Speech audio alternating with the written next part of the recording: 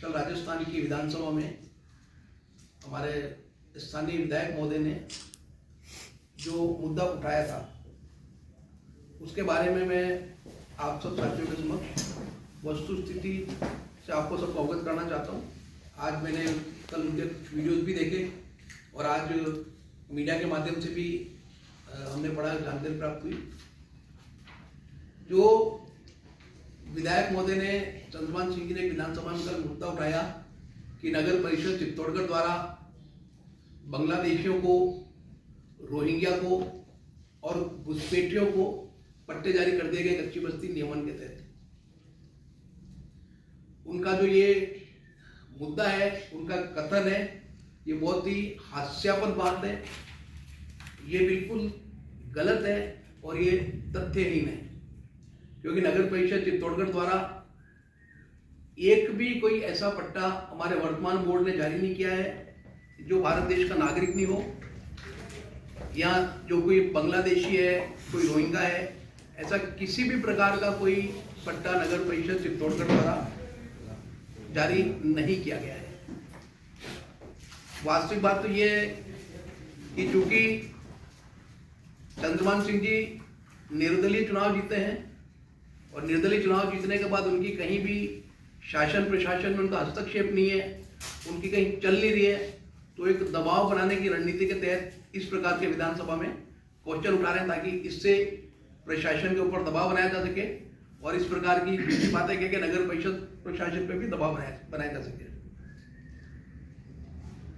जो हमारा विधानसभा है एक लोकतंत्र का मंदिर है, जहाँ पे कि हमारा मतदाता अपनी भावना और अपने मत के माध्यम से एक प्रतिनिधि को चुन के भेजता है और उसकी यह सोच रहती है कि वो जो प्रतिनिधि है वो उसके क्षेत्र के विकास के मुद्दों को उठावे, सकारात्मक बात करे विधानसभा में जाके और सकारात्मक कार्य को करावे। सरकार के माध्यम से जो भी समस्या है क्षेत्र की, उन समस्याओं को वो प्रकाश डाल के और सरकार के संज्ञान में लावे और उनका समाधान करे। लेकिन इसके विपरीत हमारे जो चित्तौड़गढ़ के विधायक हैं वो ऐसी हास्यास्पद बातें सदन में उठा रहे हैं। ऐसी बातों के माध्यम से उनको मीडिया में कवरेज जरूर मिल रहा है, लेकिन ऐसी बातों का कहीं भी कोई आधार नहीं है।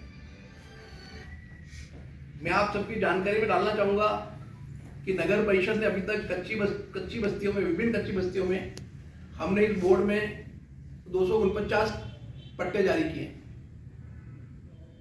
उसमें से 80% जो हमारे पट्टे हैं वो सामान्य वर्ग, अनुसूचित जाति, अनुसूचित जनजाति को हमने जारी किए हैं और 20% पट्टे अल्पसंख्यक समुदाय को जारी किए। हालांकि इस प्रकार का कोई भी डाटा हम नगर परिषद में नहीं रखते हैं, लेकिन चूंकि इन विधायक महोदय ने जो क्वेश्चन पुटअप किया, इसके बाद मैंने इसकी गहराई में जाके आज इन सब डाटा को जब मैंने एकत्रित किया तो मेरी जानकारी में आया कि 198 पट्टे तो हमारे अनुसूचित जनजाति, सामान्य वर्ग और ओबीसी वर्ग को दिए गए और 51 पट्टे अल्पसंख्यक समुदाय के जो पात्र परिवार थे उनको नगर परिषद द्वारा दिए गए हैं। ये वास्तविक डाटा है। तो मैं विधायक महोदय से पूछना चाहूंगा कि उन्होंने किस आधार पर क्वेश्चन लगाया, क्या उनके पास ऐसी कोई सूची उपलब्ध है जिसमें नगर परिषद द्वारा बांग्लादेशियों को, रोहिंग्यों को या घुसपैठियों को पट्टे जारी किए गए? वो इस प्रकार की सूची को सार्वजनिक करें। मैं प्रेस मीडिया के माध्यम से, आप सब साथियों के माध्यम से उनको चुनौती दे रहा हूँ इस बात की कि ऐसी किसी भी सूची को जो उन्होंने राजस्थान की विधानसभा में बात उठाई है, आज वो कलेक्ट्रेट चौराहे पर उनकी मीटिंग में कोई भी भाषण दे सकते हैं, उसमें हम कोई तथ्य उनसे नहीं मांगेंगे, वहां कोई भी आरोप लगा सकते हैं। लेकिन चूंकि विधानसभा एक संवैधानिक संस्था है, वहां पे उन्होंने किसी मुद्दे को उठाया है तो उनका ये दायित्व बनता है कि वो उसकी सूची को सार्वजनिक करें। वो नगर परिषद को भी सूची उपलब्ध कराओ कि नगर परिषद ने इतने पट्टे हैं जो बांग्लादेशियों को दे दिए, उनके फला फला नाम है, या रोहिंग्या को दे दिए, या घुसपैठियों को दे दिए, या नगर परिषद ने कोई दोहरा, ये बात उन्होंने उठाई कि दोहरे पट्टे जारी किए, तो दोहरे पट्टे की भी सूची हमको उपलब्ध कराओ। और अगर उनके पास ऐसी कोई सूची नहीं है तो पुनः वो सार्वजनिक रूप से माफी मांगे कि मैंने जानकारी के अभाव में इस प्रकार का क्वेश्चन पुटअप करके और विधानसभा को मैंने गुमराह किया है। या तो सूची सार्वजनिक करें, नामजद सूची में उनसे मांगूंगा तो नामजद सूची सार्वजनिक करें, और उनके पास अगर नामजद सूची नहीं है तो वो पुनः इस चीज के लिए माफी मांगे कि मेरे द्वारा जानकारी के अभाव में ये गलत बयान जारी किया गया है। नगर परिषद जो भी पट्टा जारी करती है, हम उसमें जो भारत सरकार द्वारा जो वैध दस्तावेज है, आधार कार्ड, मतदाता सूची, वोटर आईडी, इस प्रकार के दस्तावेजों को जिनको सरकार ने मान्यता दे रखी है, वहां हम उसके निवास का लाइट का बिल भी देखते हैं, हम पड़ोसियों से शपथ पत्र भी लेते हैं। सारे वैध दस्तावेज देखने के पश्चात नगर परिषद द्वारा पट्टा जारी किया जाता है। हम पट्टा जारी करते हैं, न तो हम नाम देखते हैं कि इसका क्या नाम है, उस वो चीज हमारे अधिकारीगण जो पत्रावली की पूरी संपूर्ण जानकारी लेकर उस पर रिपोर्टें करते हैं। हम ये देखते हैं कि भाई जो पट्टा लेने वाला व्यक्ति पात्र है या नहीं है, मौके पे मकान बना के रह रहा है या नहीं दे रहा है।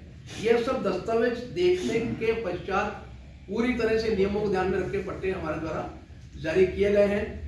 मैं विधायक महोदय से एक सवाल और पूछना चाहूंगा कि उन्होंने बड़े जोरों शोरों से मुद्दा तो उठा दिया कि बांग्लादेशियों को, रोहिंग्यों को, घुसपैठियों को पट्टे दे दिए। 2013 से लेकर 2018 तक जब वो विधायक थे, सत्ता के विधायक थे, उनकी सरकार थी और नगर परिषद में उनका बोर्ड था, तब उनके द्वारा क्या प्रयास किए गए? अगर कोई बांग्लादेशी उनकी जानकारी में चित्तौड़गढ़ में रह रहे हैं या कोई विदेशी घुसपैठिए रह रहे हैं, उनके द्वारा उस वक्त पे क्या प्रयास किए गए उनको निकालने के? अगर उनके द्वारा कोई सरकार को इस प्रकार के पत्र लिखे गए, उनके द्वारा सरकारी स्तर पे कोई सर्वे कराया गया या नगर परिषद से उनके द्वारा कोई सर्वे कराया गया कि साहब इतने बांग्लादेशी, इतने घुसपैठिए हैं, उन्होंने नगर परिषद प्रशासन को लिखा, तो वो दस्तावेज सार्वजनिक करें कि भाई मैंने 5 वर्षों में ये प्रयास करे बांग्लादेशियों को निकालने के। तो क्या जब भारतीय जनता पार्टी का शासन था, वो विधायक और उनका वोट था, तब एक भी बांग्लादेशी तौर में नहीं था और उसके बाद सारे बांग्लादेशी आ गए? वो स्पष्ट तो करे जिनको बांग्लादेशी कह रहे हैं। क्या वो किसी समुदाय विशेष पे आरोप लगा रहे हैं या किसको कह रहे हैं, वो स्पष्ट तो करें। जब चुनाव होते हैं, वोट लेने के लिए वो इन्हीं कच्ची बस्तियों में जाते हैं। मैंने चुनाव के टाइम में कई सारे वीडियो देखे, उनके जो समर्थक थे वो झोली फैला के वोट मांग रहे थे इन्हीं कच्ची बस्तियों में जाके कि भाई एक बार एक वोट इनको दे दीजिए, ये निर्दलीय चुनाव लड़ रहे हैं, इनको चुनाव जिताइए, हम हमारी झोली फैलाते हैं। कई तरह का प्रलोभन भी दिए। बस्ती में उनके एक समर्थक के साथ अल्पसंख्यक समुदाय का समर्थन था, उसके साथ अल्पसंख्यक समुदाय के लोगों ने वहां धक्का मुक्की भी की, उसको सबक भी सिखाया, वो पैसे वहां बांट रहा था। इस प्रकार के वीडियो पे अपने चुनाव में देखे। तो जब वोट लेने का मामला आता है, उस वक्त उनको ये नजर नहीं आता है कि कोई बांग्लादेशी, रोहिंग्या, घुसपैठिया है। उस वक्त वो सबके पास वोट मांगने जा रहे हैं और बाद में ये तथ्यहीन मुद्दा उठा रहे हैं, जबकि इस प्रकार की कोई भी बात चित्तौड़गढ़ शहर में नहीं है। जिनको नगर परिषद ने ऐसे कोई पट्टे जारी किए हैं, तो बहुत ही दुर्भाग्य की बात है कि इस प्रकार से उन्होंने जो आरोप लगाया। एक उन्होंने कहा साहब चहेतों को पट्टे जारी दे दिए, मैं उसकी भी सूची मांगूंगा उनसे। उन्होंने जो कहा चहेतों को पट्टे जारी कर दिए और हमारे विचारधारा वालों को पट्टे जारी नहीं किए, वो दोनों सूची उपलब्ध करावें। वो हमको ऐसी सूची भी देवें जो व्यक्ति पात्र थे, उसका हमने विचारधारा के आधार पर पट्टा रोका है। बातें सारी, चूंकि मुद्दा विधानसभा में उठाया गया मुद्दा है, ये किसी सड़क पे, चौराहे पे, गांव में, डाणी में दिया गया उनका भाषण नहीं है, राजनीतिक भाषण। ये एक संवैधानिक बात है, विधानसभा में उठाया गया मुद्दा है। तो मैं चाहूंगा, मैं भी नगर का सभापति हूं, नगर परिषद का, मैं उनसे पुरजोर मांग कर रहा हूं कि वो ऐसी सूचियां सार्वजनिक करें। और मैं पुनः वही बात दोहराऊंगा कि सूची नहीं है तो फिर माफी मांगे गलत बयानी के लिए। न तो उनके पास किसी बातों के तथ्य हैं। पूर्व में भी उन्होंने जो मुद्दे नगर परिषद के खिलाफ उठाए, मैं बार बार उनके मुद्दे देखता हूँ, मैं तो जवाब भी भेजते हैं। उन्होंने मुद्दा उठाया, एक बार नगर परिषद ने 30 लाख रुपए का कुत्तों की नसबंदी का भुगतान कर दिया। हमने न तो, और ये मुद्दा भी विधानसभा में उठाया, मैंने पूर्व में बताया कि न तो नगर परिषद ने ऐसा कोई भुगतान किया, न हमारे पास ऐसा कोई भुगतान विचाराधीन है।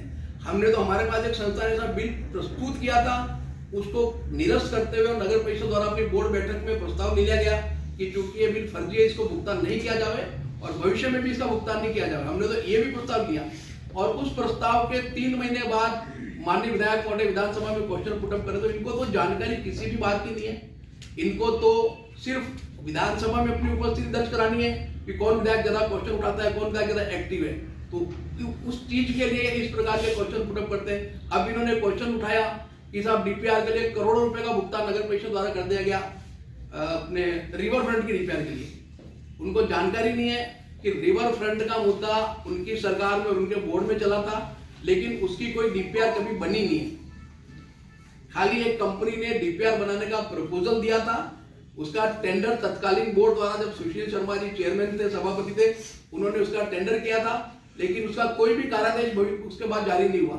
तो न तो इसकी कोई डीपीआर बनी, न आज तक नगर परिषद ने रिवर फ्रंट के लिए 1 रुपए का भी भुगतान किया है। और ये करोड़ों रुपए का भुगतान की बात विधानसभा में कर रहे हैं। तो इनके पास किन्हीं भी बातों के तथ्य नहीं है, खाली सस्ती लोकप्रियता के लिए मीडिया में उनका नाम कैसे छपेगा, इसलिए इस प्रकार के मुद्दे अभी चूंकि बांग्लादेशी और विदेशी घुसपैठियों वाला मुद्दा लोगों की भावनाओं से जुड़ा हुआ मुद्दा है, तो नगर परिषद ने चूंकि 4500 पट्टे दिए, हमने 69 के भी काफी पट्टे जारी किए हैं, राजकीय भूमि नियमन के, कच्ची बस्ती के पट्टे जारी किए और 69 के पट्टे हमने मात्र 500 रुपए में जारी किए। तो नगर परिषद के जो शहर की जो जनता है वो नगर परिषद के कार्यों को उन्होंने सराहा, समय समय पे नगर परिषद ने बहुत अच्छे पट्टे निष्पक्षता से जारी किए। अब उनके पास इस चीज का कोई जवाब नहीं है, इसलिए एक भावनात्मक मुद्दे को लेकर आगे साहब तो बांग्लादेशियों को पट्टे जारी करते।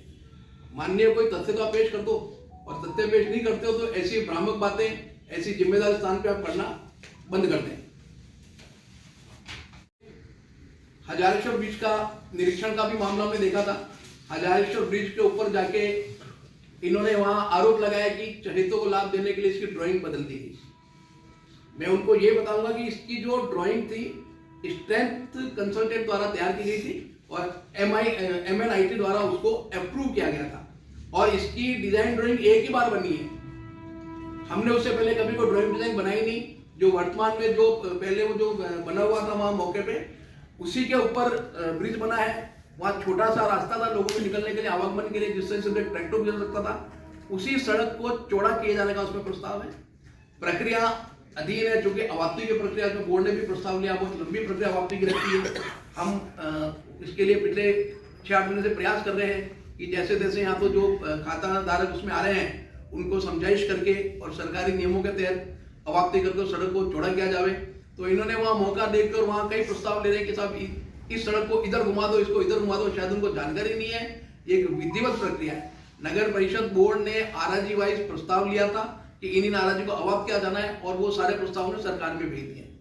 वहां कोई विधायक महोदय अपने 4 समर्थकों को ले जाके कोई मौके पे उसकी पेंसिल कागज से कोई ड्राइंग चेंज करेंगे, वो संभव नहीं है। ये ड्राइंग्स बनाने के लिए सरकार द्वारा एजेंसियां बना रखी है, और जो अप्रूव करने के लिए भी इसके लिए एजेंसियां विधिवत रूप से। कोई वहां मौके पे जाके और कोई इसको यूं घुमा दो, इसको यूं घुमा दो, तो वो संभव नहीं है। न तो किसी का निजी मकान है, एक सरकारी संस्था द्वारा पुलिया को बनाया जा रहा है जो पूरी प्रक्रिया से बनती है। तो वहां भी इन्होंने झूठी वाहवाही लेने के लिए बात फैलाई कि साहब इसका चहेतों को करने के लिए और इसका वो बदल दिया गया। तो ये तो सदैव जो बातें कर रहे हैं, चूंकि इनकी ये निर्दलीय लड़े, इनकी पार्टी से बागी होकर लड़े हैं। अब ये कैसे भी प्रयास करके प्रेशर बना के पुनः इनकी पार्टी में वापसी चाहते हैं, उसके लिए ये इस प्रकार के दबाव सरकार पे भी बना रहे हैं और सार्वजनिक संस्थाओं पे भी इस प्रकार के दबाव बना रहे हैं।